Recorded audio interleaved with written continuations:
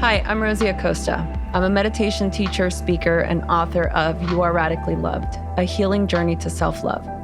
Look, I grew up in East Los Angeles during the '92 LA riots, and it set me on a troubled path.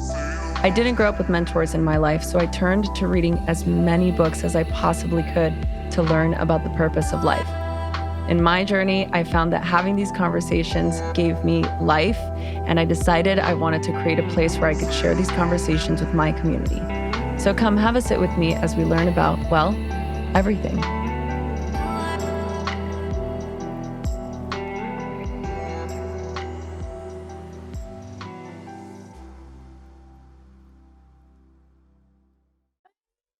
Hello, everyone. Welcome back to the Radically Loved podcast. I'm so honored to be here with you today and bring you our guest, Scott. I should have had you pronounce your last name because I do not want to butcher it. No, great way to remember is I put the gay in Shigeoka. So Scott Shigeoka. That is adorable. Yeah. I love that. Thank you for saying it. It's Japanese, right? Yeah, it's Japanese. It actually means the layers of mountains that stretch into the distance. So when you're, at sunrise and, you're looking for that really cushy meditation spot when you're like in nature and you go to like the top of this mountaintop and you can see like that fog, the cloud or whatever it is coming in and the mountains just kind of disappear into the distance. That's what Shigeoka means. It's like the layers of hills that extend. It's very poetic. Everything in Japanese is so poetic. Like komorebi is my favorite word. The sunlight that streams through the leaves of a tree. I'm just like, okay, Japanese. I talked about komorebi with Candace Kumai. Her mother's Japanese. Yes. And that was the first time she was on the podcast. Oh, gosh. What episode was that? I'll have to link it in the show notes. But if you want to listen to that, I would highly recommend it. Oh, my God. Yes. Need Candace in my life. Yes. She's adorable. Everybody needs her in her life, in their lives. As are you, Scott. So, Scott, congratulations, first of all, on your book coming out this week. It's publication week. And this is a book that I cannot highly recommend enough. It's a book that everyone needs in their life. Seek. Oh, we're both holding it up. I love that. It's like twinning.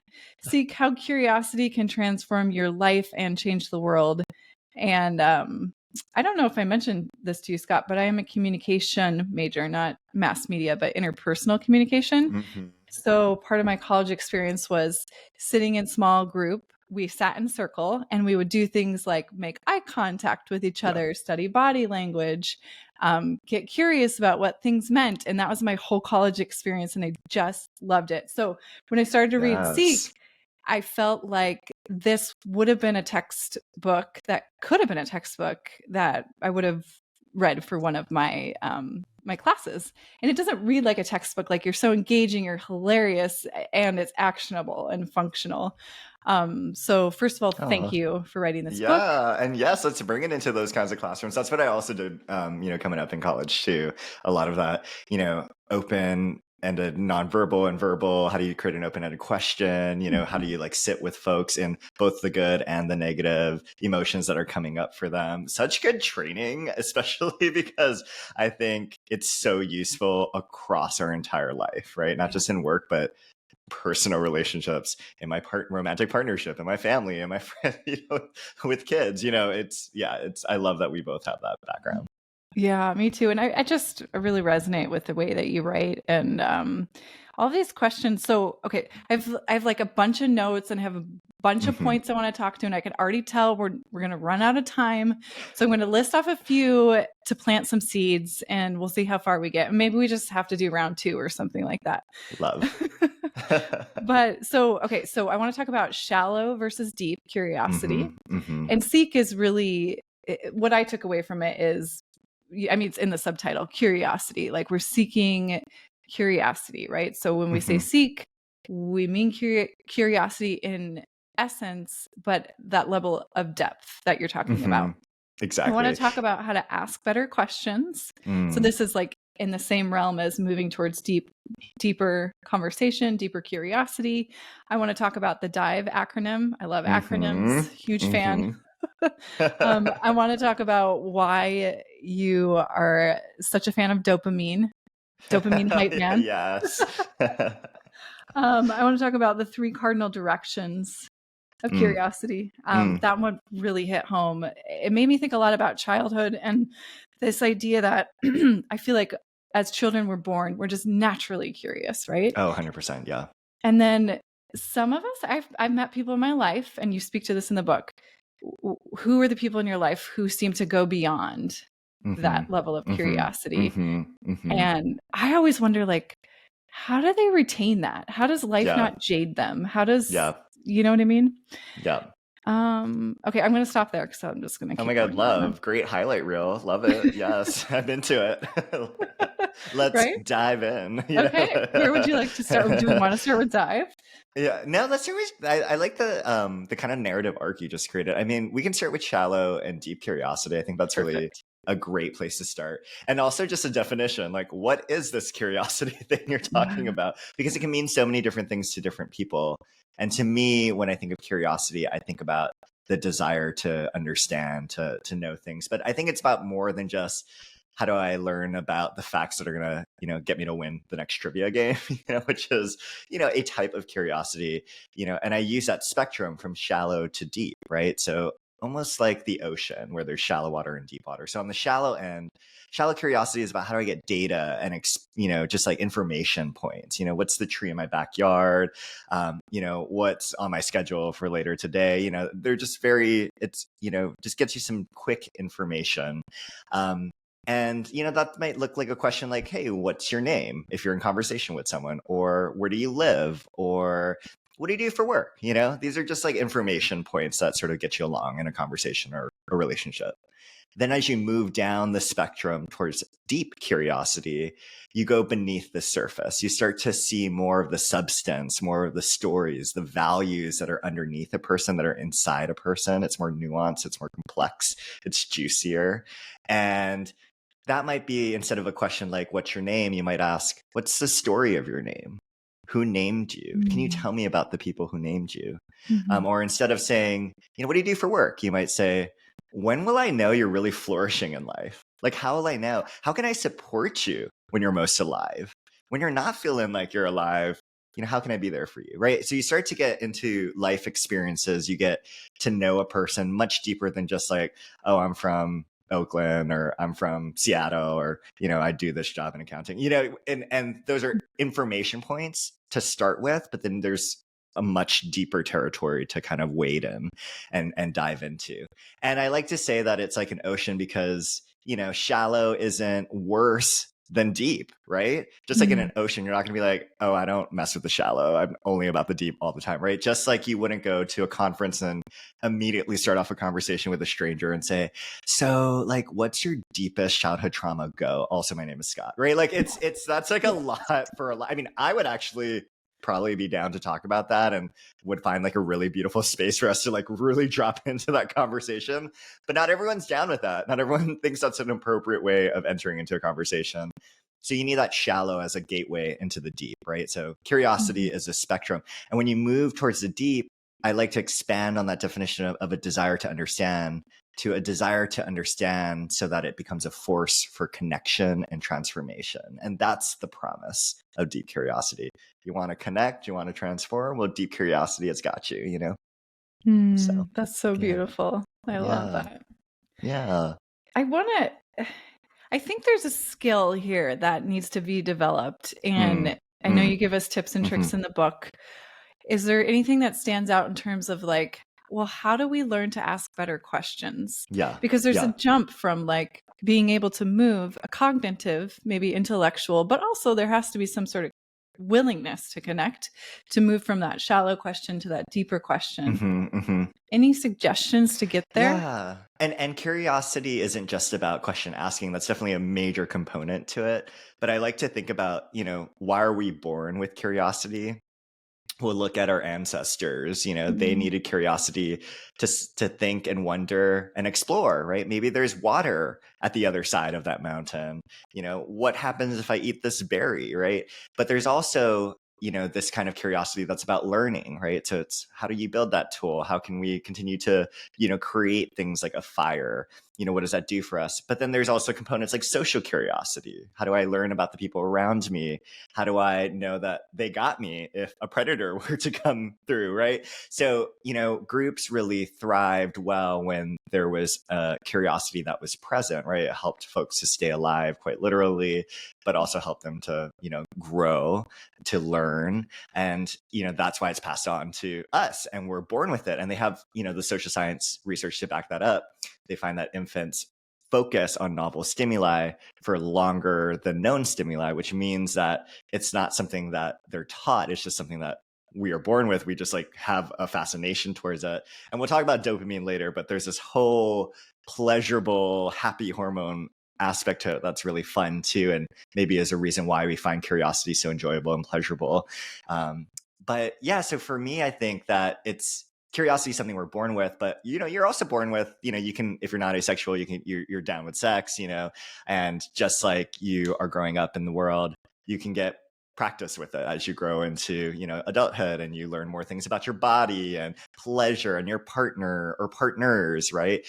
Even though you're born with this capacity to have sex, you can always grow into it. You can always practice it and learn more about it and become better at it. The same is true for curiosity, right? Like we have it at birth, but we can also practice it. It's a skill. It's something we can learn and grow with.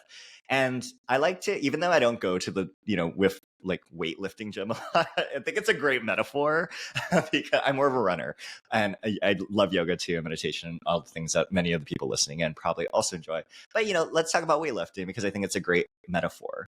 You go in, when you lift weights, you're not starting off by bench pressing 300 pounds or squatting 200 pounds, right? Yeah. You start with a lower weight, right? Because if you go too high, you might injure yourself or the person that's spotting you. And the same is true for curiosity, right? Like in the book Seek that I just wrote, I write about being a progressive and going to a Trump rally, or I talk about, being queer and meeting with people from organizations that do anti-LGBTQ legislation. Mm-hmm. That is bench pressing 300 pounds, y'all. I'm not expecting everyone to read this book and then to go to a political rally of the opposing viewpoint. But you can eventually get there through a lot of practice. So in that way, it is a muscle. Curiosity is a muscle, and you can grow it. Yeah. Yeah.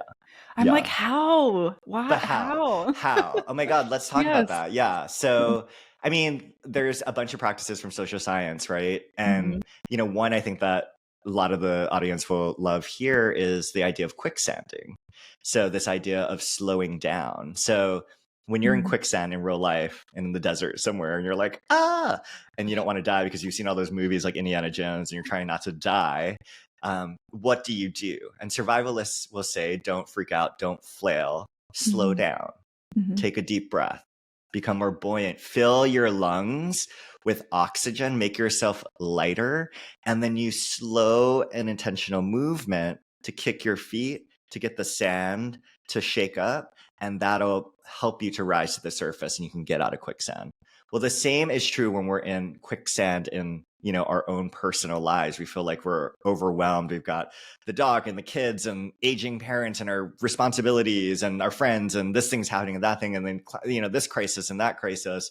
It can feel really overwhelming. We're just like, when am I going to have time for myself? How am I going to navigate life when I feel like I am almost drowning, right? And what the practice of curiosity really is about there is to start by slowing down. Get really curious about what's happening with your breath. Slow down your breath. Get curious about what's going on inside of your body, and then start to use slow and intentional movement. Maybe that's a 10-minute walk around where you live, and you're just getting really curious about the trees and the wildlife and that little flower that's growing in the crack of a sidewalk. And that just allows you to center yourself, ground yourself. But the social science says doing something like that, slow intentional movement, can actually help you with mental clarity, can help you to make better decisions, can reduce anxiety. And so there's a lot of sort of helpful foundational work when we slow down, when we quicksand, that can then open us up to be curious about the person that's standing in front of us or sitting in front of us in a conversation, or even getting curious about ourselves, something that we often forget to do. So that's Yeah. like one example. I mean, there's so many examples of how to get curious. That's not just like ask questions, right? And that's what I wanted to make sure that the book covered is what's the like engaging, playful, fun, interesting way to be more curious. Yeah. Well, and I'm taking it forward. Let's say we've done the groundwork and we're like, okay, Yeah. I want to go into the anti-Trump rally. I want to Yeah. go talk to somebody with a completely opposing political view. I want to have a really hard conversation with my teenager. Because Yeah, that feels the totally. same. To Yeah, me, it does anyways. totally. Can be just as volatile Right? and unpredictable. Totally. Yeah. And I'm And it thinking can like, sometimes surprise you, just like it did with, you know, the Trump rally I went to, right? And just like, wow, that wasn't as hard or as scary or what I thought it was going to be, because we make, you know, assumptions. So that's part of the practice of curiosity, is to yeah. sort of challenge them. But sorry, go on. Love. Yeah, Yes. no. I want you to like dive in and cut me off and tell your story. Yeah. Okay. But I think the question that I'm trying to get to the heart of, or the intention behind this question, is, yeah, I'm somebody who wants to have these kind of conversations. I want to understand, but it feels to me like I kind of get stuck in a trigger response, or maybe it's a trauma response. So there's this cognitive dissonance between what my body will allow me to do. So I find, you know, grounding, slowing down practices like the quicksand idea very helpful as laying the foundation. Then fast forward to putting myself into the situation where I'm having that hard conversation, where I'm making all these assumptions about this is going to be a battle. Somebody's feelings are going to get hurt. My life might be in actual danger, you know? What do we do? How do we set this up for a group that might be inherently, I'm assuming, that might be inherently resistant to hearing your ideas or sharing something with a little bit more of an open mind and an open heart? Yeah, absolutely. And I think, you know, so much of what, you know, I love that you want to talk about the cardinal directions, because I think this is a great moment to do that, where, you know, there's inward, outward, and the beyond. Those are the three cardinal directions of curiosity. Inward is how to get curious about yourself. It's kind of what you would do maybe in therapy, or if you're doing, you know, any kind of embodiment exercise. Outward is about getting curious about what's around you, whether that's other people or nature or systems or culture. And then the beyond is what's not in the physical realm. So that might be, you know, God or consciousness, the divine for some of us. It might also be 7 generations from now who's not yet born, or our ancestors. They're no longer with us, or they're not yet with us, but there's so much we can be curious about. And I like to tell people to start with the inward. Like, before you're going to drop in, you know, with a teenager that you are, you know, raising, or you are going to go to a rally of the opposing political party, you know, drop in and get curious with yourself. You know, what are the different voices that are coming up for you? Are you aware of when certain emotions are boiling up or coming up in certain moments? What is it that you really want and need right now in life, in this moment, in this relationship that you're about to have a conversation with? And from there, when you start to develop a muscle for it by going inwardly curious before you even go out and start to, like, you know, impact others, which could lead to negative exposures or consequences, you know, you really start to hone that practice with yourself. Then you can start going towards those who are closest to you, you know, who you feel maybe safest with. Maybe that's a romantic partner.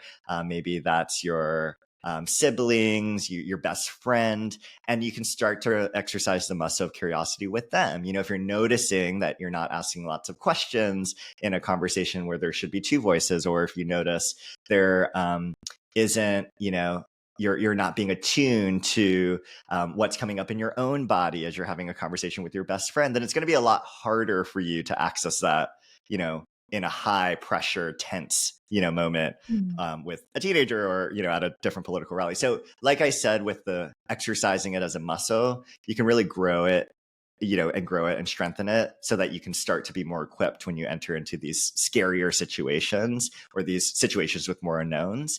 And then I like to introduce practices with, you know, that are all about preparation. That's the I in the dive model, right? So every DIVE, the whole motto, it stands for the 4 core muscles of deep curiosity. D is detach, I is intend, V is value, E is embrace, and they all mean different things. D, detach, let go of your ABCs, your assumptions, your biases, your certainty.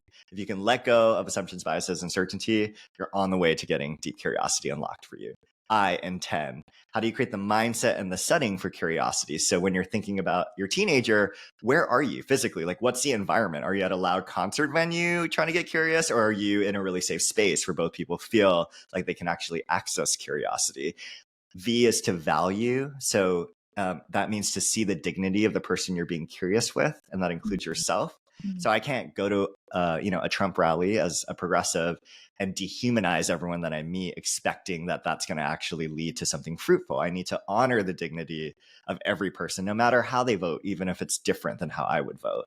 And I would expect the same treatment back towards me, right?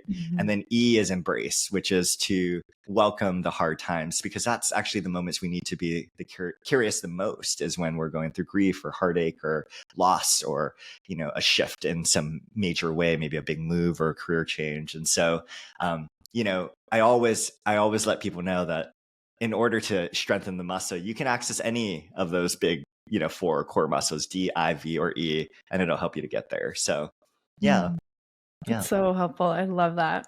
Yeah. You just went down my list of things and were like, boom, boom, boom, bam. Yeah. So I mean, I wanted to pull on embrace a little bit more, because as I was listening to you describe these 4 core muscles of deep curiosity, I was thinking, I wonder if people get stuck anywhere along the way. And this is also something that you posed the question at the end of the 3 cardinal directions, inward, outward, and beyond, of, which one of these do you resonate with more? And I think it's there where you talk about, is there anyone in your life that you can see emulating these 3 types of curiosity? And so I immediately thought of someone who I feel like. Who did you think of? What's that? Who did you think of? Yeah. I thought of a really good friend of mine that I run with. I'm also a runner. Oh, yeah. Who has this it's almost like a child, like they haven't lost their innocence in terms of asking the why questions, or being really curious about other people and why they do things. Like they're a people watcher, and they just are endlessly fascinated. And I'm always kind of like, where did that go within me? Because I used to be like that.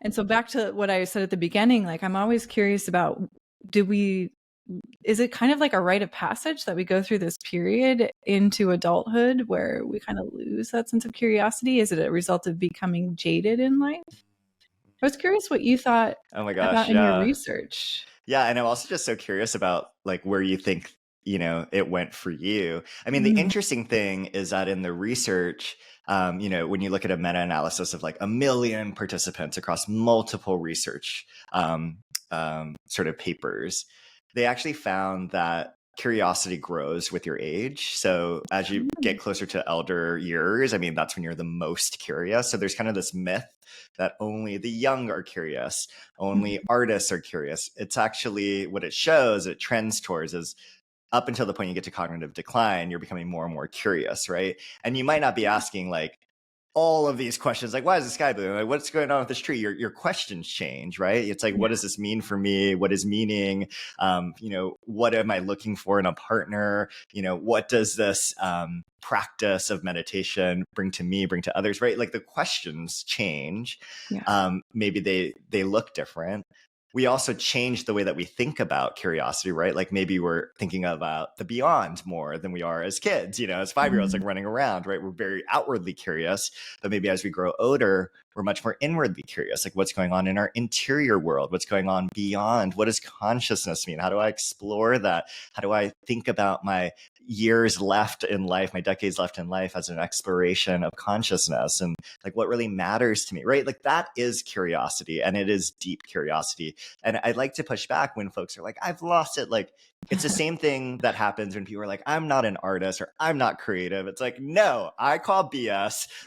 Everyone is creative and artistic in some way, and we are told that, if you can't hang that on a gallery wall, if it doesn't look like this, if it's not perfect, right? Then you're not creative, you're not an artist. But, we have to start to reframe that and see ourselves as truly curious, even if it looks a little different than someone else, right? So, and I would say that at the heart of curiosity is, do you make people feel like you matter, right? Like, and Mm. you do that for me, and you do that for so many other guests and so many people in your life, right? And you are curious, and that helps me and others feel like they matter, right?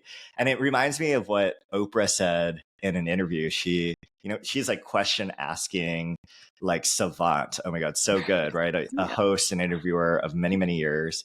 And she said, whether it's, President Obama or a man that has been in prison for his whole life, practically, or Beyonce, who's teaching me how to twerk, they all ask the same question at the end of their interview, which is, how was that? Was that okay? The idea that, we all just want to know that our stories matter, that our life has meaning, that there is a reason for us to be here. And that's, at the end of the day, why we want relationships and what a fulfilling life looks like, right? Is when we feel like we matter, when we help others feel like they matter, and that there is meaning in this pursuit. So I think that if you are on the quest of helping people to feel like they matter, which can even start with yourself, expressing self-compassion towards yourself, and help, because we sometimes lose that thread. We sometimes tell ourselves we don't matter. And myself and many others are on that long life journey of reminding ourselves we do matter. We matter so much. And we're on this quest of helping others who feel like they matter too. Then you're practicing curiosity, as far as I'm concerned, because that desire to understand is different from knowing. And knowing is just like, I got some facts up my sleeve, right? But understanding gets to the heart of something much richer. It's really soulful. It's heart-centered. And like, that's the world I want to live in. And I think that when we practice more of that, we start to move away from what we're seeing around us in this world of incuriosity, right? People are getting canceled left and right.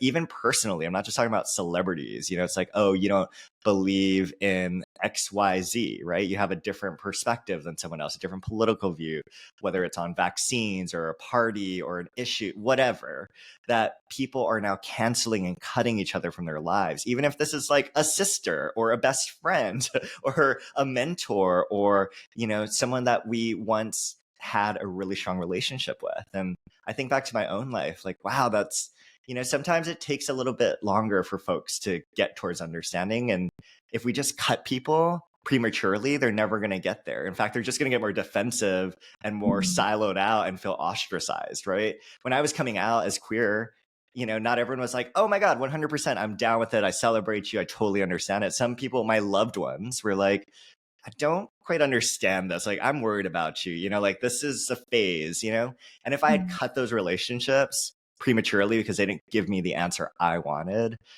wow, I would have lost out on so much love and so much nourishment that those relationships later brought me. Because months later, some of them a year later, they eventually understood me and they understood what that meant for me. And they were able to move past their own emotions and find the love that was waiting for them at the end of it. So, yeah. That's so beautiful. That had me thinking about something you said in the very beginning of the book and introduction that I can't find this quote. I had it on my altar where I meditate for the longest time, and now it's gone. But luckily, I feel like I've memorized it. Ooh. And I can't quote the author. I can't remember who it is, but it's something along the lines of, I would like my life to be a statement of love and compassion, and where it is not, that is where my work lies. And that kept coming up for me as I was reading the beginning of this, when you were talking about your motto being driven by love. And you just mentioned it, like as a country, the cancel culture, and oh my gosh, I can so resonate. Just a couple of really close friendships in my life feeling like, what happened here? How did this wedge get driven in between us? So your book is inspiring me to kind of use that as use those experiences, those tough conversations, those uncomfortable positions to be in, to rekindle and learn something about that person and how I might have played a role in hurting them. And what can I learn about myself? Exactly. And how can we both heal? I love that. Yeah. Curiosity, isn't, I coined this term in the book, predatory curiosity, which is, it looks like curiosity. You're asking questions, but there's some kind of agenda underneath. There's like that gotcha moment. It's like what a detective does, they're like asking questions. So from an outside viewer, it does look like curiosity, but it's so they can nail the person that they're talking to, right? And that's not true curiosity.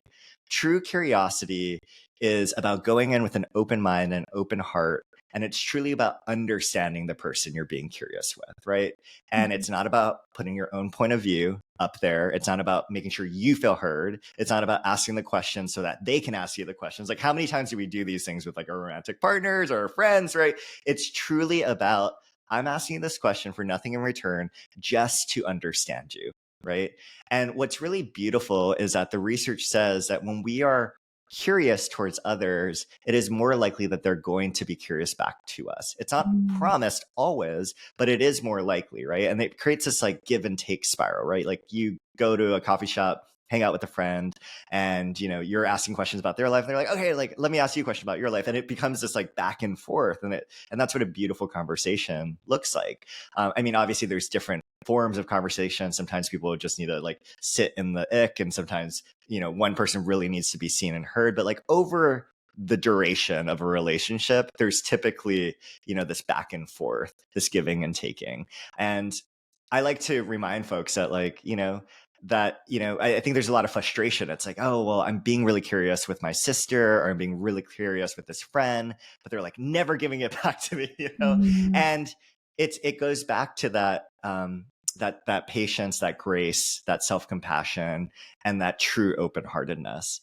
And I also wrote a whole chapter in the book about limits and boundaries. Sometimes you go and try real hard and they are not going to give you that curiosity back. And it is going to become an energy draining, sucking, exploding kind of relationship. And it's okay to set boundaries in those cases, right? And I talk about a daughter-mother relationship where the daughter had tried for years to be curious towards their mom, but the relationship was just one that was very toxic for her. And it didn't just impact her, it impacted her husband, her kids. And so she went no contact with her mom. And, sometimes that's a really hard thing that we have to do. And that requires curiosity actually to get there. She had to be curious about, what is this relationship actually giving to me? How much energy am I putting in and what am I getting back? And, I'm working with my therapist to go in at all the harms that I felt growing up. This is not serving me. And I've tried really hard. And in that case, going no contact totally makes sense. It's just that we sometimes cut people way earlier than, we ought to, because of the first sign of discomfort. But that discomfort is actually the source of growth, of understanding, of love, of so much more. And we have to learn to love that discomfort and work with it, not just shy away from it. So. Is there anything else you would suggest in terms of practicing flexing that muscle of being willing to sit in the discomfort, at least long enough to know, is this relationship? Yeah.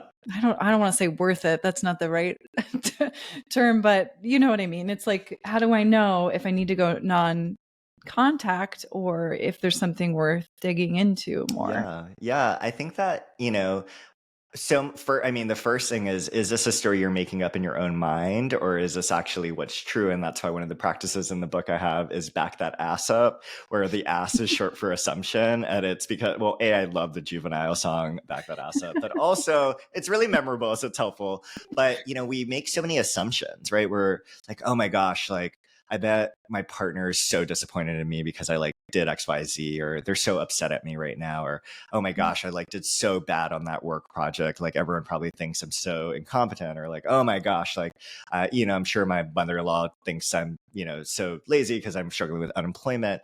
We have these assumptions, but if we actually open up the conversation and talk to our partner, talk to our colleague, talk to our mother-in-law and say, hey, I don't know if this is just a story in my head, but I have this, I was reading this book, Seek, and it was telling me to back that ass up and challenge my assumptions. And I have this assumption that you think I'm lazy because I'm struggling with, unemployment, or, that I feel that I'm looked as incompetent because I struggled on that work project, or that you're mad at me because of this. Is that true? Or can you tell me more about, what your experience is? I want to understand it from you. You might find that those assumptions that you're holding are actually not true. In fact, they're usually, at least if they are true, where they're intensified to the nth degree, because we are sometimes harder on ourselves than, compassionate towards ourselves, often because of the culture we grow up in.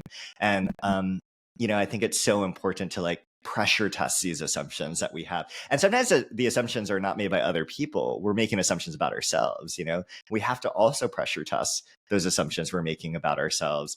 Like the assumption, do you really gotta, put in all this like work and energy towards, this job, which is taking away from your relationships, which is taking away from your health and your passions, like you also have to look inward and see what are the assumptions that you're making that are guiding your own behaviors or your own mindsets that might not be helping you to live the way that you want to live. That's in alignment of your value. That's in alignment of the relationships you're in. So I would say like backing that ass up, great way of testing, pressure testing and sort of going deeper into it.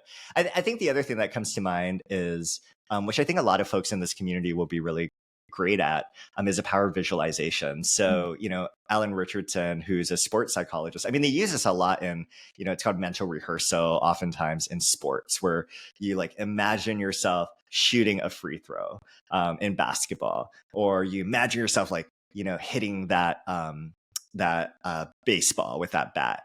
When you actually go through the visualization process, sports psychologists have found that visualization is pretty much almost as effective as like practicing every single day. It's very, very powerful. And you can use that same strategy of visualizing in curiosity. So if you're going to go and see your teenager and have a really hard conversation with them, lie down on your yoga mat, lie down on your bed, and just like visualize yourself going through that experience. Where are you? What are you wearing? How do you come in? What are your nonverbals? What kinds of questions are you going to be asking? Okay, you say something, your teenager says something back. How are you responding to that versus reacting to that? And as you start to really mentally rehearse you going through a curiosity conversation that might be really uncomfortable or hostile or have tension, you're actually going to be more successful because you're visualizing it and you're practicing that before you jump into the arena, right? So I think it's tools like that, and they're all in the book. There's like many, many more that you can just play at any moment that can help you to, practice the skill, build the muscle, and get better at it. Yeah. So great. I love that. Yeah. It's back that ass up is like gonna stick with me forever, and I'm always gonna think it's Scott. Every time I dance now, I go onto the dance floor and I don't know, I just can't stop thinking of that. I'm like, back that ass up. Okay. Oh, test my assumptions. Okay. Back that, I'm just like dancing to the music and thinking about how I'm going to pressure test assumptions. It's great. Oh, so helpful. That is totally, speaking of, like building that what is it? What is the word? The science behind curiosity in terms of like neuroplasticity or like yeah. Mm-hmm. My goodness. We jumped into this conversation full speed ahead, and I neglected to really introduce the audience to you, Scott. My guess is we just got so excited. I know, I did. And I love that. These are the kind of conversations that I'm like, I'm touching my heart right now. If you can't, if you're not watching the video, because it really deeply resonates and sits with me. There's one thing I wanted to talk about in terms of nonverbal communication, but I also wanted to hear a little bit more about, as I was reading the book, I was starting to visualize this, speaking of visualization, this story of you in my head of like how the book came about and that year where you lived out of your car and you were driving around and putting yourself into these very interesting, challenging situations. And I was just trying to kind of paint a roadmap for myself of how the book came about, the work that you do or did at the Greater Good Science Center in UC Berkeley. It's so fascinating. You've made a life out of this asking questions, this curiosity. Yeah. And I think really a life. Yeah. I think like, I had a need in my own life, which I found out is universal in many other people's lives. And whenever you find a need like that and you find a way to address it in some way, whether small or big, like you can make a life out of it, And so for me, what I felt in 2016, especially during the presidential election year, oh my gosh. I mean, it feels like the divisiveness and the polarization gets worse and worse every year.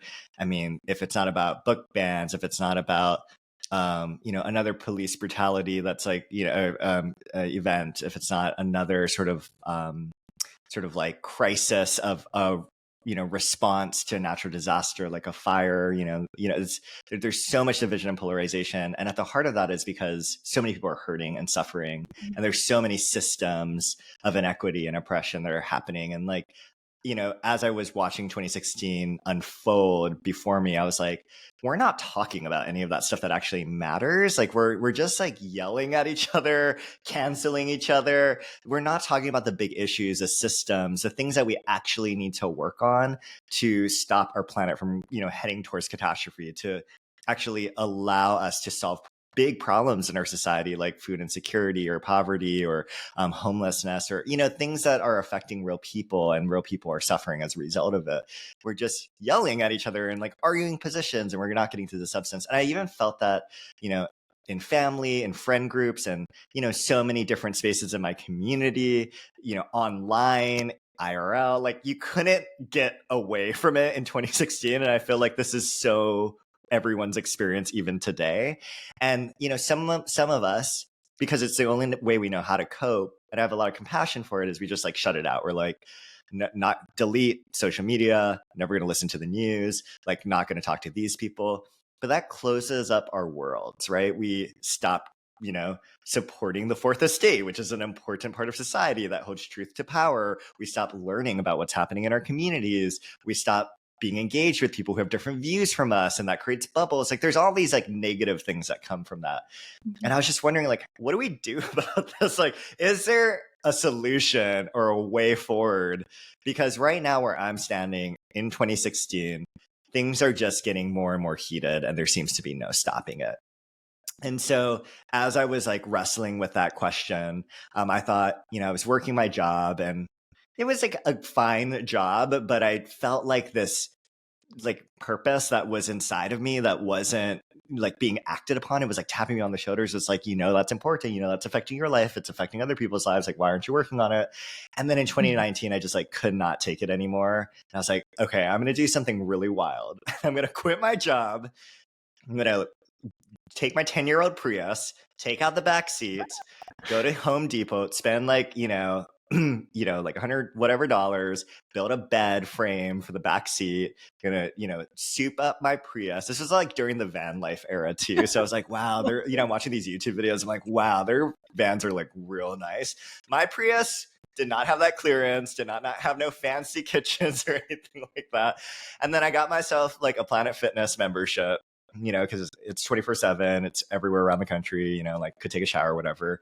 And I was like, I'm going to go to the heart of this country. I'm going to break bread with people who have different views than me. I'm going to go to rallies of people with opposing views than me. I'm going to go to churches. I'm going to go to organizations that have anti-LGBTQ views.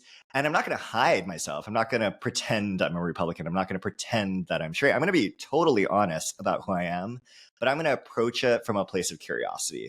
Like, so when I was at the rally, for instance, the Trump rally in Minnesota, I would, I was there alone, went up to people in line, and I said, hi, like I'm Scott, like, just have small talk, shallow curiosity with them. And then I started to explain, I hear I'm a Democrat, but I'm here because I hear so much on the news and I hear so much from other people, but that's probably just painting the stereotype or caricature. And I want to recognize and honor your humanity. Like I want to see you as a person, because I know what separates us is not like we have more in common than what separates us. And there's so much I have to learn from you than what I'm just seeing, plastered on the news. Like I want to see you as the fully three-dimensional being that you are.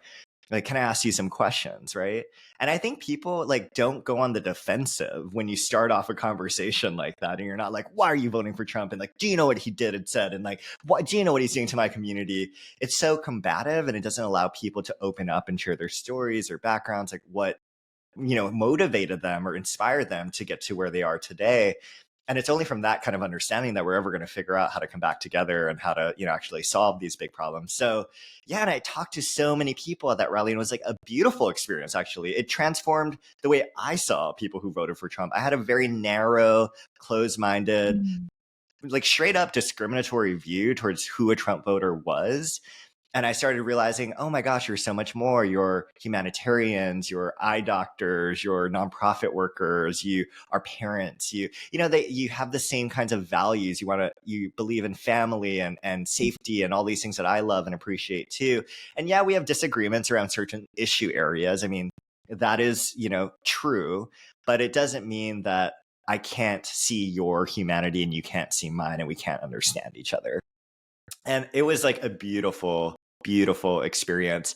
But it was also really taxing in my body. I mean, doing, you're just standing up for like 6-7 hours. I don't know if you've been to one of these rallies, but it is like Black Friday shopping. It is like an intense atmosphere. Like people are ditching their like coolers and tents, and, you're standing in a line for so long. There's like nowhere to sit. It's hot outside, you get into this arena. It's like an NBA All-Stars game. I've never been to one of those, but like, it's like very like heated environment. And you're like, whoa. So I had to leave early actually. So I was like, I'm going to get out of here. I did that like awkward, like squeeze between the aisles, the knees. I was like, oh my God, sorry. While Trump was talking, I was just like, I gotta like get out of here. It's too much for me. And there was this group of Trump voters that were leaving too, because they all had Trump gear. And I was like, oh, why are you leaving? Like the person you're here to see is like still talking. And they're like, oh, we're trying to get ahead of traffic. The parking lot situation gets wild. And I was like, oh my God, I do that at music festivals too. I totally understand that. And so we're walking out, we get out of the arena, and there's this counter protest that's happening. And these are people that are more aligned to my views politically. I mean, I've marched in some of these rallies. And one guy is like, you fucking racist. Like he screams across like the street, like towards us leaving the arena, like pointing at us. He's like, get the fuck out of our town. Like he's just so enraged. And I like understand from a place of curiosity where that rage is coming from. There's like a lot of hurt. There's a lot of injustice.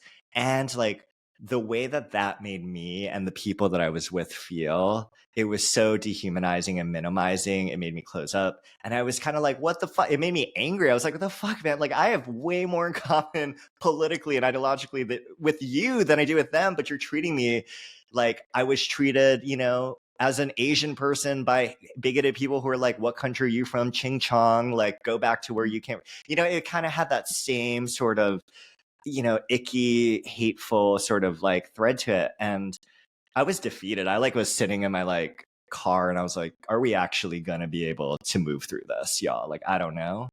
But then I saw everyone coming out of the Trump rally, and this kid was like jumping up and like hitting, the lights on the top of the parking garage. And his mom was like laughing. And I like, put my keys in ignition. I drove out of the parking garage. And then as I was leaving, these counter protesters were like laughing so hard. Like this one woman was like holding on to her friend and she was like clutching her stomach because she was laughing so hard. And I was like, isn't that what we all want? We just like want our kids to be kids. We want to like raise, families, see our kids grow up. We want to laugh so hard into like the hands of our friends. And we're doing the opposite of that, when we encounter each other oftentimes. And so, yeah, it just gave me that renewed hope and spirit of like, okay, we can get there, y'all. Like it's going to be hard. It's going to be taxing. It's going to take a lot of energy. But what's waiting up for us on the other side, us feeling like we matter, us being able to laugh, us being able to be with our families, like the things that really matter, solving really big problems that affect real people, like that's what's waiting for us on the other side. So I was like, this is worthwhile. Like we can do this. Like, let's keep moving forward, Yeah. I love that. That is such a good painting story. a picture here. Yeah. Thank you. Oh, I want to keep talking to you. I don't want to let you go. Okay, let me try to make these last couple of questions succinct. I wanted to ask one follow-up question about that experience in terms of what kind of responses you got. Any standout responses, any connections that you made that maybe you still have today? So that would be the first question. Can you hear me? I don't know. Okay, I'm back. Yes, we're back. Okay. Yes. Yay, we're back. Did you hear that whole question? Yes, I did. Okay. Yeah, I think standout conversations or responses. I mean, really, I just heard kind of going back to the, when people are curious towards us, we feel like we matter, right? But the opposite of that is when folks aren't curious with us, we feel like we really don't matter, right? Like when you come home from work and it's like a hard day and you're just needing someone to talk to, but your partner or your roommate, whoever you're living with, like, isn't expressing that sense of curiosity that maybe you would give to them if the roles were reversed. it can be defeating and it can be hard to take in, and it really can lead us to feel like we don't matter. And I felt like that was what people were sharing with me in their stories. A man who said, my girlfriend is a Democrat, but her friends all think I'm stupid. Like, we'll go to a party or like a dinner or something, and I know they're like talking shit behind my back. I know they think just I'm an idiot. Like, I'm not dumb, like I know. And it's just like these feelings of hurt and these feelings of being othered. And that just actually reinvigorated him into his own views, cemented him more into his views, made him realize like why this is the community, this is the path that he needs to be in. He's like not going to listen to anyone on that side, and then we don't change as a result of that. We don't broaden our understanding of the world and people with different life experiences and what they're going through and how that's different from our own. And, it just kind of just creates these bubbles around us, right? And we do it in an act of self-protection because no one wants to feel other. No one wants to feel like they're the butt of jokes or they're dumb. But we sometimes do that unconsciously. Like, even if we think we're saints, like we sometimes do that. We're like, oh girl, I can't believe you're dating that guy. Like, do you know what he does? Like, he doesn't believe in vaccines. He's like an idiot. Or like, he doesn't do this, or he voted for this. Or like, we do that so flippantly in conversations. And if word gets around, and even to that person you're talking to who is obviously cares about this person, if they're dating them and they're in a relationship with them, how does it make them feel when you say things like that, right? And it's a lack of curiosity, a lack of compassion, just like that sort of statement you put on your altar. And what curiosity reminds us to do is to always go back to like, what is this person feeling?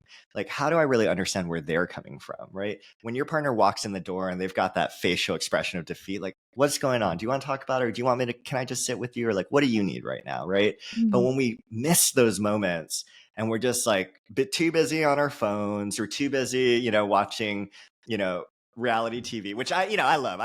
Sometimes I binge too. I totally get it. We are human.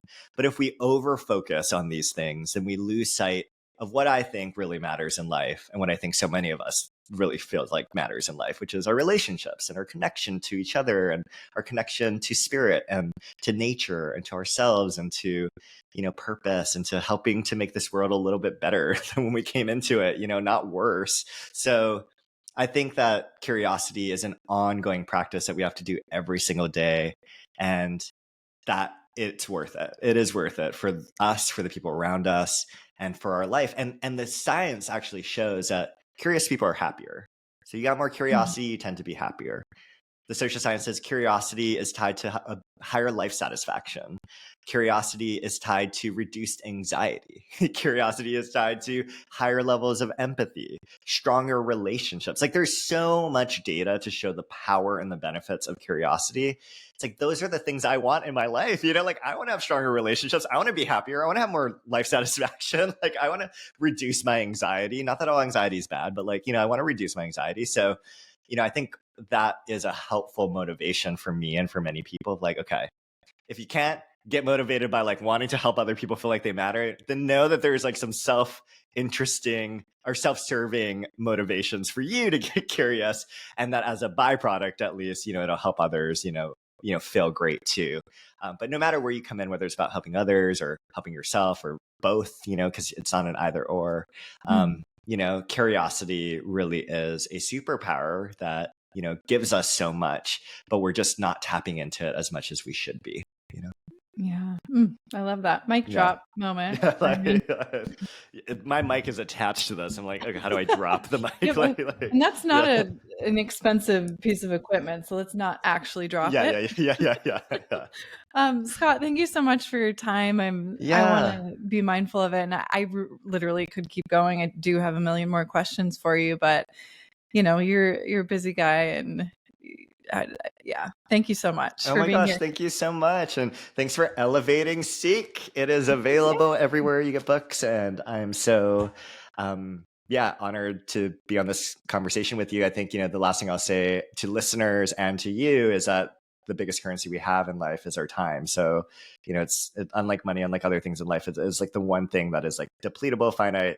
So I so appreciate you and everyone listening Thank you so much. My deepest gratitude to you for taking the time to dive into curiosity. Connect with me on all the ways, all the platforms, Instagram, wherever. I do actually read DMs. I love connecting to people. And I'd love to hear what you think of the book if you read Seek. So thanks so much for the opportunity also to be on the show. I really appreciate you. Oh, thank you, Scott. We appreciate you too. Oh, I love it. Thank you.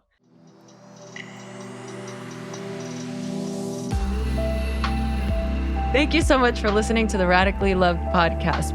Please remember to subscribe, rate, and review wherever you get your podcast, and follow us on Facebook at Radically Loved Rosie, on Instagram at Rosie Acosta, and Twitter at Rosie Acosta. By the way, this is original music by DJ Taz Rashid. You can follow DJ Taz on Spotify and check out the best music for yoga and meditation. This has been a Mod Pod Studio production. Check them out at www.modpodstudio.com.